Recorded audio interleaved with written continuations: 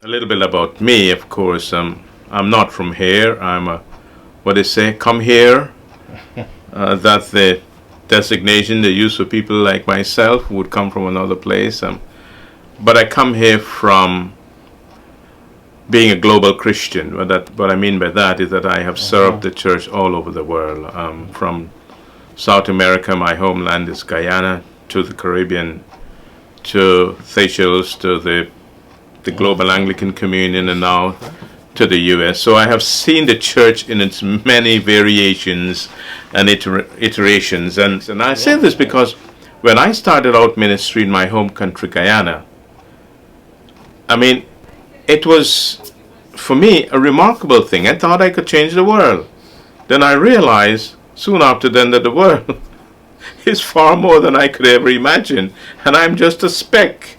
My job was to not seek to change the world, but my job was to collaborate with others so that together we change the world. So it's more of an objective thing rather than a subjective thing.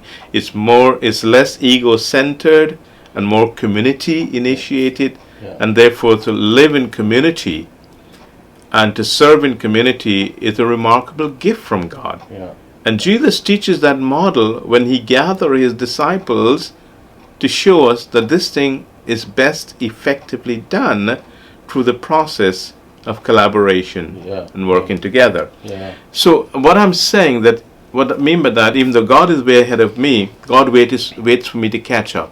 So within the confine of what I'm able to conceptualize and be inspired by what God is leading me to, God uses my current experience and exposure to effect whatever blessings through me God wants to do.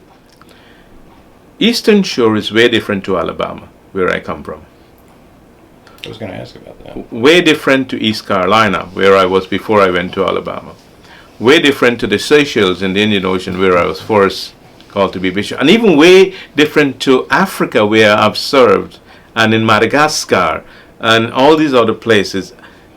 It's a remarkable sight to see the church functioning in these areas. So what I have learned to do, and I've learned this not by my own wisdom, but by my own mistakes, that wised me up, that the local context is an important vehicle for education of the person.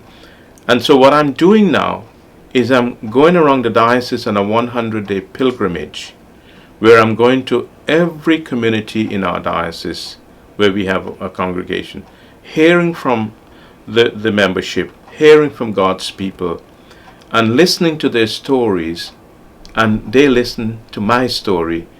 And what I'm getting there, in a way, besides getting to know the people God has called me to serve, and to understand their context, and to show them that I love them, and I'm here to serve them faithfully, is I'm getting to learn some of the important intricacies of local context living. Is that I want to see the people of God in the Diocese of Easton grow more in their faith and grow more in their knowledge of God.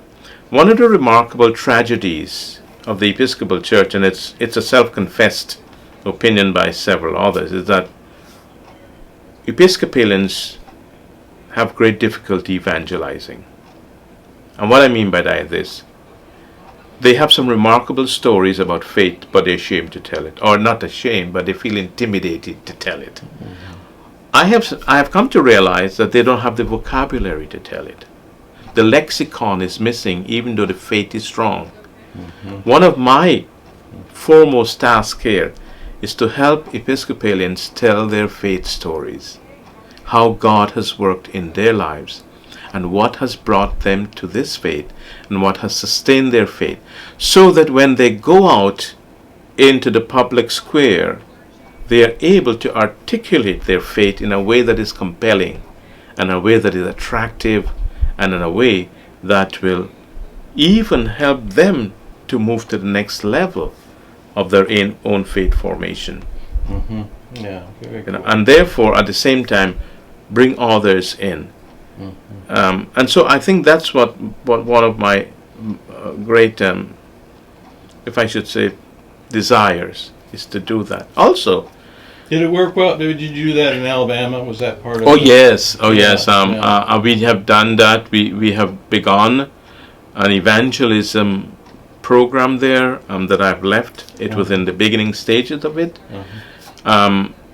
Where I did say where we have begun with having group discussions, where we have begun by having dinners in people's homes, where members will invite the other members for dinner over a meal, and they're learning to tell their faith story. In a way, I see that they're sharpening up the skills within people of their own likes and people of their own friendship and fellowship. So it's nice to practice it in a comfortable setting before you kind of go out into a less comfortable setting. Well, I've always believed that, the church lives in the tension of the day. I've always said to people that as a bishop, I recognize my role as living in tension. To hold up both sides of the aisle in a loving, caring manner, but not ever forgetting that the role of the church is to be the reconciling agent of God in this world. God's instrument of reconciliation is the church. And so despite where one may sit in the political preference, the church should never ever forget that our role is to be the balm, the healing balm, the reconciling agent. I say to the places I've gone to and preached, said, we are reconciled reconcilers. That's how I define my life, and I ask them to define it. What I mean by that, God has reconciled us to himself so that we can reconcile others to each other. And we had the election, we had a clergy clericus here at the cathedral, which we do once a month. And I said to the clergy, I want you to remember, and that was on November the 8th, that our work begins tomorrow. Nobody was listening to us yesterday, and the next day, and the next day, because they were all caught up in party politics. But tomorrow, meaning the 9th, would be our time to be the church again. Because the division is so great that people would look to their church for healing and for reconciliation.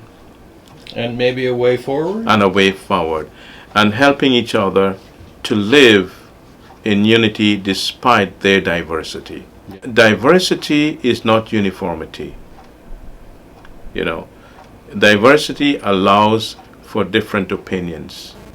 But the gift of the church in all of this is how do we teach our people to pull the strands of all of this diversity into a wholesome way, that even though we may have different viewpoints, yet we are able to collaborate, to love, to live, to do good deeds of faith, to go to Habitat and build homes for the underprivileged.